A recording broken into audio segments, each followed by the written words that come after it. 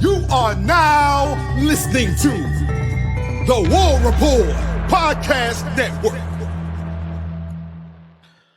What is up, everybody? Welcome back to the College Loop Podcast. I'm Dylan Larck, IU Boy Take on Twitter here to talk about the latest in Auburn athletics news. As I can't even say it's portal news, really. Auburn gets their fourth quarterback that Hugh Freeze has so greatly been asking for. Last year, of course, remember you had Peyton Thorne, you had Hank Brown, you had Holden Gerner, you had Walker White. You had your four guys. Well, Walker is now at Baylor. Hank's now at Iowa. Peyton Thorne is graduated. Holden, I don't think, has really committed anywhere yet. So you lose four guys that you wanted to have. At least you wanted to have four guys in that quarterback room. Now you look at this offseason. You got Jackson Arnold, the presumptive starter, going into next year. You got Ashton Daniels, so the guy who's going to be battling for quarterback 2 from Stanford, has Power 4 experience. You got the true freshman 5-star in Deuce Knight, who could also be a dark horse for that backup quarterback job. And now you got quarterback Tanner Bailey. Now, Tanner Bailey was a 3/4-star from the class of 2022. He signed with South Carolina. He only really played in one game during his season there. Basically 2 seasons there. But in December of 2023, he entered the portal, and then he retired from football just a month later, where he then enrolled at Auburn to pursue a criminal justice degree. Tanner Bailey has been an Auburn fan his entire life. He's also a legacy. His dad played at Auburn in 1987. So, what does this mean for Auburn? It really just means you have a guy to back up your third string. That's what Hugh Freeze wanted. He wanted to have a good string of quarterbacks that you can feel a little bit confident in if they need to be called upon. But you also get a very good scout team quarterback. Now, I tried to find the reason that he actually retired, but I could not find it anywhere. I think he really just wanted to take a break from things and get things settled. But, you get your fourth quarterback. You didn't have to go far to get it because he was already at Auburn. He graduated in December. So, Auburn has their quarterback room filled up. That's what Hugh Freeze wanted. He wanted to have 4 quarterbacks going into the season. And now he's got it. Now, I don't think Tanner Bailey is going to be battling for the quarterback 3 job. I think whoever loses the quarterback 2 job between Daniels and Knight will get it. But this could also be an open quarterback battle. We pretty much assume that Jackson Arnold's got it. I mean, the NIL valuations are what they are. But if Deuce Knight were to walk in and start balling out during spring practice, I mean, who's to say that Deuce Knight couldn't just take the job outright? So you got 3 guys early. You got Jackson Arnold, then you got Ashton Daniels, and of course Deuce Knight, who's your solidified 3. Like, one of those 3 guys is going to be your starter, and one of those guys is going to be your second string. And of course, now your third and fourth string. I pretty much assume one of those. Whoever loses second quarterback position is going to be the third. So all this does, Tanner Bailey gives you a quarterback that you can put on the scout team, but also has experience playing for an SEC team. He's been in a game before. Now, I looked at his stats, and I mean, his stats are what they are. He wasn't a starting quarterback. He only had 1 carry for, it said -7 yards. So I wonder if it was a sack for what that was. But yeah, you get your fourth quarterback, and Hugh Freeze. Auburn's been recruiting very well in the portal. You got an edge rusher just earlier this week. You're trying to fill some spots into your defensive line. Jeffrey Emba is getting more and more predictions to return to the Tigers. And, this team is very talented. This team is very, very talented. And 2025 should be a big year for Auburn. You're taking all the steps in the right direction. You've shown statistical improvement going from season 1 to season 2. But you got to start showing some improvement in the wins column. And I think 2025 is the best year to do that. It's because your back's against the wall coaching every single game this year. So, yeah, Auburn gets their 4th guy. And quarterback is now a filled up position. You got all the guys that you need to go for in that for quarterbacks at the bare minimum. But yeah, transfer portal. I mean, you're still looking interior defensive line. I always say you can never have enough offensive linemen.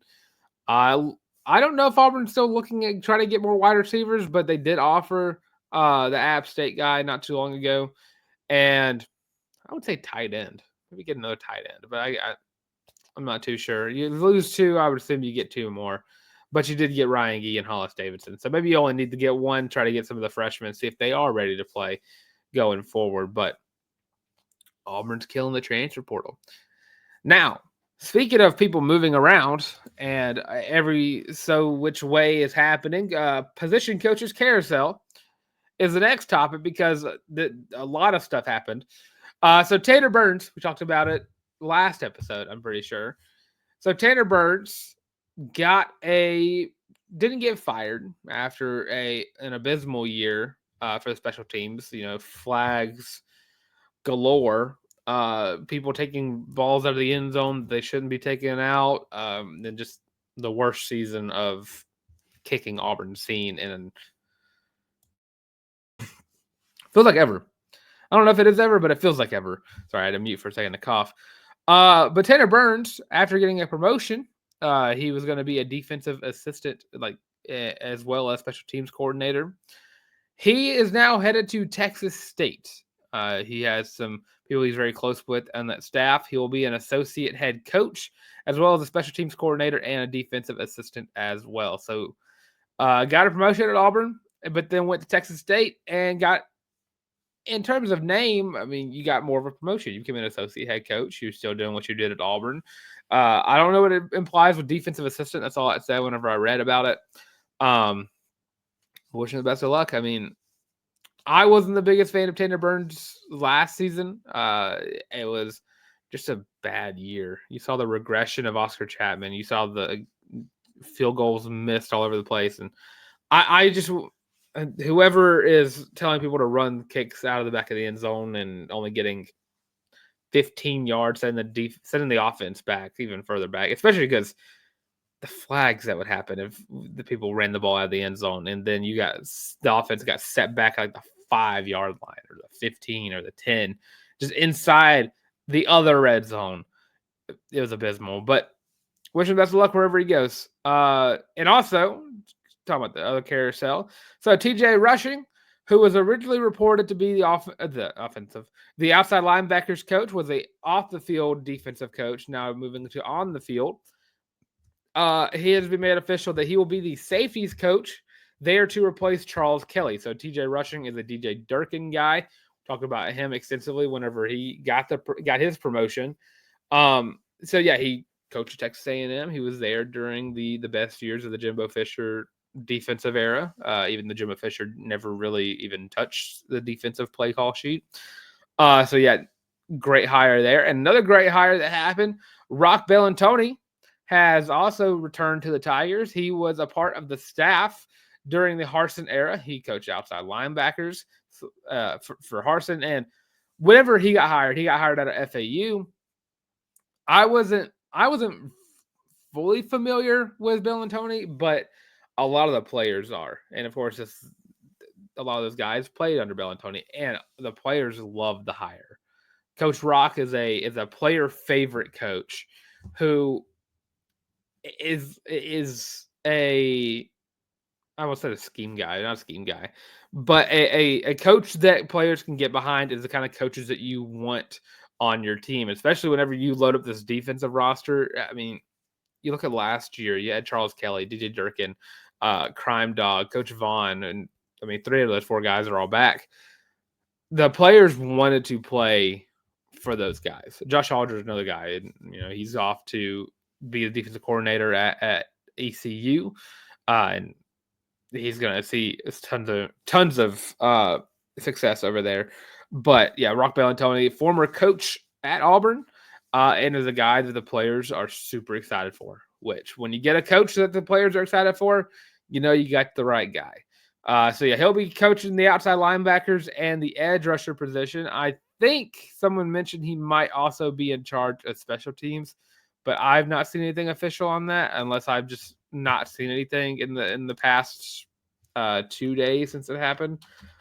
But I would like Auburn to get a guy who has experience more with special teams. I think he did coach special teams, if I'm not mistaken, but Auburn has not listed him as a special teams coordinator.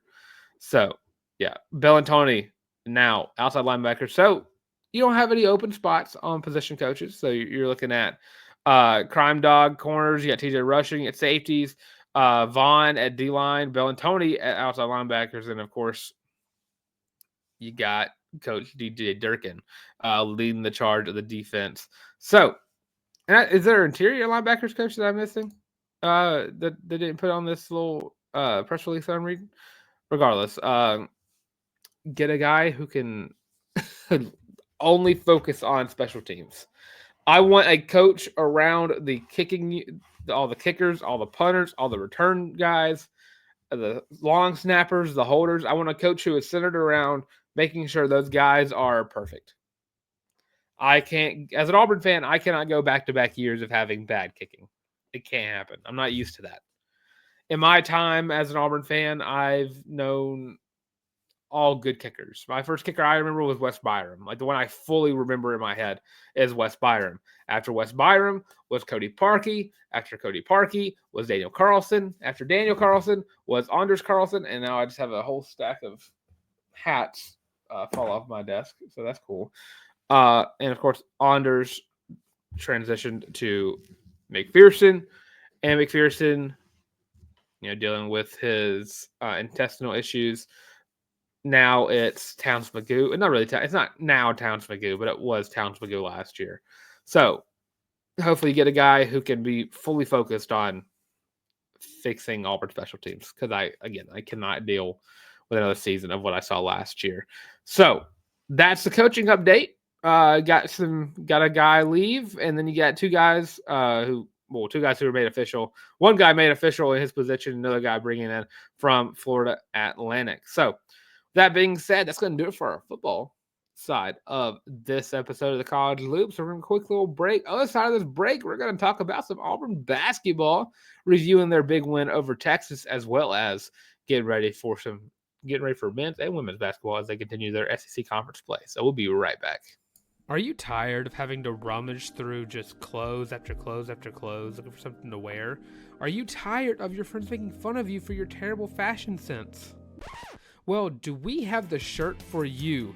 Go to thewarreport.com, get your laptop out and do it right now. Go to the shop and get your very own Feelin' Loopy t-shirt as well as your college loop hat, and you can get both of them for only $25 each. Plus shipping and handling, of course. But with that, now back to your regular scheduled program. Now, of course, you can find those on thewarreport.com. First page is the college loop hat. Second page is a Feelin' Loopy t-shirt. Get those items today. $50 combined, $25 each. What's combined you're going to wear in your entire life? Valentine's Day is coming up. And what's the best way to show your love for your significant other? By getting them a Feelin' Loopy t-shirt. It's like the best thing. It comes in 5 different colorways. So get yours today. But of course, the merch is only like the 4th or 5th best way you can support the show. The best way you can support the show is, of course, by liking, by commenting, and by subscribing to the channel. Leave your comments. What do you think of the coaches Auburn brought in? What do you think of Bellantoni? Do you think that it's a great hire because of how the players reacted to it? And what do you think about Tanner Bailey coming in to the roster or coming into this depth chart of Auburn quarterbacks? And, of course, if you can follow us on social media platforms, all of the social media platforms at The College Loop. So, that being said, Auburn basketball continued their little win streak, and just win streak in general, but 2 games in and 2 games up in the SEC. They took on Texas on January 7th, so 2 days ago. We previewed this game on the Tuesday show. Now we're going to recap it as Auburn gets the win 87-82. Texas tries to go they got on a roll in the second half and almost took this game away from Auburn. Janai Broome again had a great game. Auburn had 5 players finish in double figures. Janai Broome, 20 points, 12 rebounds, 5 assists, 2 steals, and 3 blocks. He also 18 points out of Miles Kelly, who was on fire from the 3-point line, 4 of 6 from the 3. Had 18 points, had 3 rebounds, an assist. as well as it didn't say as well as it didn't really have any others. Chad Baker-Mazara put up 16 points as well, with 5 rebounds, 3 assists, and a steal. He scored. I'm pretty sure he's in 2 blocks as well. I think he scored all of those points in the second half, if I'm not mistaken. I think I saw a stat line about that. Sadly for CBM, his consecutive free throw streak came to an end. Someone hooked his arm, and he missed a free throw, and it sucks. He was on he broke Auburn's consecutive free throw record like 3-4 games ago. It feels like, but the record for Auburn is now 51, which was like 34 away from tying the actual NCAA record, which I think he could have done had he not gotten hooked by a Texas Longhorn. And then the last 2 getting 10 points. Denver Jones put up 10 with two rebounds, 4 assists, and 2 blocks for himself. And then Todd Pettiford, of course, 10 points for Todd, 3 rebounds, and a steal for the freshman. And you also had the only guy who played you didn't get points for was Dunn Cardwell, but he also had 6 rebounds and a block. He also didn't attempt a shot. So what can you do? 6 points out of Ja'Kai Howard in 10 minutes. Also got a rebound and a steal for himself. Chaney Johnson got 4 points with 2 rebounds, 2 assists, a steal, and 2 blocks. And Chris Moore getting himself a bucket. I was, whenever you see the guy that can't can't shoot very well, and no one's blocking him, no one's playing defense, he's just wide open, and you see this was happening with Chris Moore. He was just wide open, and he got the open look, and he took the shot, and it was like in slow motion on TV for a little bit, just waiting to see, oh God, is it gonna go in? And he banged it. It was a clean shot. But yeah, 87 points out of Auburn. You shot 84% from the free throw line, 38% from the 3-point line, and 47% from the field. Texas, on the other hand, good Lord Arthur Kaluma. Auburn could not stop Arthur Kaluma. It was anytime he got the ball, he got points. He had 34 points against the Tigers, 8 rebounds, 2 assists, 2 blocks. 5 of 6 from the 3-point line, 12 of 16 from the field, 5 of 7 from the free throw line, all in 38 minutes. He only didn't play for 2 minutes of this game, and it's absolutely ridiculous what he was able to do against Auburn. But they also had a couple of guys Jordan Pope put up 19, Trey Johnson put up 11, and no one after that really put up double-digit points. Auburn won this game by sheer willpower at the end of the game because this game got close. This game, at one point, Auburn had a 21-point lead. At one point. And Auburn wins by 5. You look at assists. Auburn had them beating assists, had them beating rebounds by 7. Fast break points, so it was very close. Auburn had the edge there, 11-9. Points in the paint, both teams had 28. Auburn had 2 techs, which not something you want to see. Total turnovers, Auburn had less turnovers by 1. It was 10-11. Point stop turnovers tied at 12. Auburn had 10 blocks, 2 Texas 4. But I mean, when you look at this game, I mean, it was fairly close all around in shooting. I mean, Auburn had 47% from the field, Texas had 46. Auburn had 38% from the 3-point line, Texas had 35, and a free throw percentage of 84 to 83.3. Pretty much as close as you can get. So this game was not back and forth, but it was stressful. It was stressful. Auburn's 2 worst defensive games have both happened on the road, which I don't know if that's something to be. I'm not too worried about. Auburn's been on the road plenty of times before, and still had great defense. But you're playing against a Texas team that can light it up if they want to, and they wanted to against Auburn. And right now, you move on to Saturday. You got to take on South Carolina. You're going to play this game on the road as well. South Carolina is coming off of their 20-point loss to Alabama. And they're also on an 0-2 start to the SEC. They lost by 35 to Mississippi State, who's also a really good team. But against Alabama, I mean, I was listening to Ike talk about this game, and he just said it was a very sloppy game. Mark Sears put up 22 points in this. Was 4 for 6 from the 3-point line. South Carolina, they had a couple of guys getting double digits, 4 guys to be exact, getting double digits. Jacoby Wright put up 20. You had Jamari Thomas put up 15. Nick Pringle put up 13, and Zachary Davis put up 10, but not enough to get them in range of winning this game. They just shot very poorly, 21% from the 3-point line, 42% from the field, and 76% from the free throw line. But Alabama was just too overwhelming for them. But the South Carolina team, again, every SEC team I think is capable of beating everybody. Despite how good I know this Auburn team is, no team is completely invincible. So you're looking at this South Carolina team on the season. They've shot 33% from the 3-point line, 44% from the field. As a team, they're averaging 73 points a game, 36 rebounds. Auburn's leading both those categories. Honestly, this is just a game where South Carolina just hasn't been the best team this year. They've gotten some nice wins. But they've lost to Indiana. They lost to Xavier. They beat Clemson, which is their only ranked win. But against ranked teams, they're 1-4. And I just don't. It's not the same South Carolina team it was last year. They've definitely taken a step backwards. But it's a game I think Auburn is going to win. If Auburn's predicted to win, it's like a 90 to 10% per ESPN FPI percentages. This game again comes down to Janai Broome.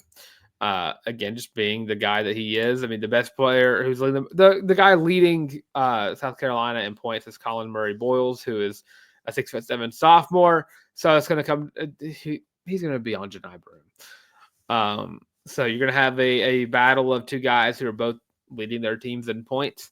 Outside of that, you got a guard, Jamari Thomas, who shoots pretty well from the 3-point line, shoots pretty well from the 3-point line at home, 42% at home. But on the season, he is not having a great shooting from the field, 39.3%. He's averaging 12 points a game, 5'11" guard. So you're going to look at Denver Jones or Miles Kelly or even Todd Pettiford going to be reliant on stopping the guard play here. But again, this is just a game I think Auburn just wins outright. You saw Mississippi State and you saw Alabama both kind of run the score up on South Carolina. I have plenty of reason to believe Auburn would do the same. That's just how good this team is, and I'm going to be confident. It's going to be really hard for me, and this is the bug coming out a little bit. Even if it really is bug, it's going to be really hard for me to go down the stretch and not favor Auburn in any way, shape, or form. Because you got South Carolina, which I think Auburn wins. I'm going to say probably around the same fashion as the Mississippi State and Alabama game. I'm going to say like 83 to 6. I'll go to 65. I won't go full 20 points, but I'll go pretty close to it. So look at the Auburn schedule. So after Saturday, you'll play again on the 14th. You'll play against Mississippi State, who again, very solid team, very good team actually, top 15 team. Then you'll travel to Georgia, who is fresh off of a beating of Kentucky, and a beat down too. They beat them by double-digit points, which you love to see. They beat them by 13 points to be exact. After Georgia, you got Tennessee, who's no longer going to be the number one team in the country after getting mollywopped by Florida. I think Florida beat them by 30. After that, you got LSU. Then you got number 23 Ole Miss. You got 17 Oklahoma, who I'm kind of surprised is still ranked. Number 8 Florida. After that, who that could end up being a top 5 matchup by February 8th. So very interesting game down the stretch. Of course, at Vanderbilt. Then you start at Alabama on the day after Valentine's Day. Going to be a big game there in the airplane hangar. Then you got Arkansas, Georgia again. Ole Miss on the 26th. Then they've but to be determined for the Kentucky and Texas A&M game. So I'm not too sure what that means. But cool. I'm sure they're waiting to see what those rankings are so they can put it on a Saturday, and that way they can put College Game Day there as well. And then you round out the season with Alabama at home, which how good this team has been could be a day to clinch a SEC conference title. I'll go ahead and knock on wood for that. So yeah, I'm gonna go with the Auburn Tigers in this game. 80. What did I say? 83 to 65. So 85, 60, no, 83 65 is what I'm rocking with there. So Auburn women's basketball coming off of a 3 losses in a row now, losing to Norfolk State, and of course getting whooped by Ole Miss, and then playing it pretty close. Don't lose by 10 to a top 7 team in LSU. Now you get a little bit of a break. You got another team who's 0-2 in the SEC. They're 7-10 in on the season in general. They've also not had very kind games in the SEC. They lost 90-56 to Texas. They lost 98-64 to LSU. And this Auburn team has some fight in them. Despite the injuries, despite the players who haven't been able to play, this team fights. I mean, you look at Donnie Gaston, who could have made the LSU game a lot more interesting had she not had to deal with being in foul trouble throughout the entire game, really.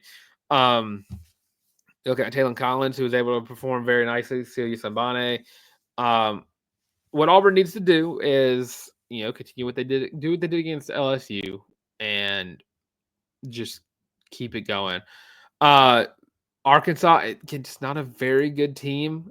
They have one player in Izzy Higginbottom who is averaging 23 points a game. After that, it drops down dramatically to 10.8, and then it drops to under 10. It drops to 8.4. This is a game Auburn can use as a building block to try to get back into, the win column. You've not seen a win in a while, and you're back at home. So I think it's a great point for Auburn to get back, and I think they can. I mean, you're looking at SEC standings so far. Auburn and Arkansas are basically tied for last. If you're 0-2, you're tied for last in the SEC. It's kind of based on record, but if you go by record, Auburn is 2 spots ahead of Arkansas. Arkansas is last in the SEC. Georgia's right above them, and then there's the Auburn Tigers at number 14. So use this as a way to get back in the win column. I think Auburn gets the win here. And, I mean, you kind of got to win at this point. It is a must-win scenario right now because looking ahead, and in the SEC, your schedule never gets any easier. But after you play Arkansas, you got 2 ranked teams back-to-back. You got to play Arkansas on the 9th. Then on the 12th, you got to travel to Lexington and take on number 15 Kentucky. And then on the 16th, you're back at home for number 5 Texas. So you need some momentum going in the right direction this season. Again, you have number 2 South Carolina down the stretch. You have number 10 Oklahoma. You have number 16 Tennessee. You have number 18 Alabama remaining on your schedule. And, of course, every team in between is not an easy win. So got to get this win versus Arkansas. So it's hard to predict these games. They're all over the place in terms of score. Auburn either scores 65 or they scored 128 points in one game, but there's a big stretch of what this score could be. But I'm going to go with Auburn. I'm going to say 72 to 60. Get a nice double-digit win, get some momentum, and get ready for Kentucky next week. So that does it for what we got so far. I will say that something I forgot to mention on the little rundown right here. Auburn Gymnastics back in action this Saturday for the Lone Star Collegiate, where they'll be taking on Arizona State, Temple, Penn State, and Maryland. That's going to be going on at 1:00 p.m. CST, again in San Antonio, Texas. So if you're in San Antonio, home of the UTSA Roadrunners, go check out the 2025 Lone Star Collegiate. Auburn is a top 10 team. They're at least top 25. I can't remember exactly what their ranking is. I saw someone rank them up in the top 4. But regardless, the number 17 is what they were last week. I got to find the rankings, but Auburn gymnastics getting started up. After this, you'll see next Friday, they'll start SEC conference play on January 17th, taking on the Arkansas Razorbacks in Neville Arena. After that, you got Oregon State on the 24th, and then you got to travel on January 31st to Kentucky. Then this meet I'll be at February 7th. Me and my fiance are going. Hopefully she's cheering for Auburn, but she's also a Georgia fan, so she might cheer for Georgia. We'll be going to that one, the Deep South's oldest rivalry of gymnastics, as they are calling it. And of course, the SEC is loaded all across the board. Auburn got to play against LSU this year and got to play Oklahoma again. So, getting ready for that. Auburn starts off 2-1 on the season, and I think they can win the Lone Star Collegiate. They don't have rankings next to these teams, so Auburn's going to be the favorite team here. So with that being said, thanks for watching some of the College Loop Podcast. Of course, I'm Dylan Larck, your boy Tank, on Twitter at Dylan Larck, on Instagram at DYLENLARCK.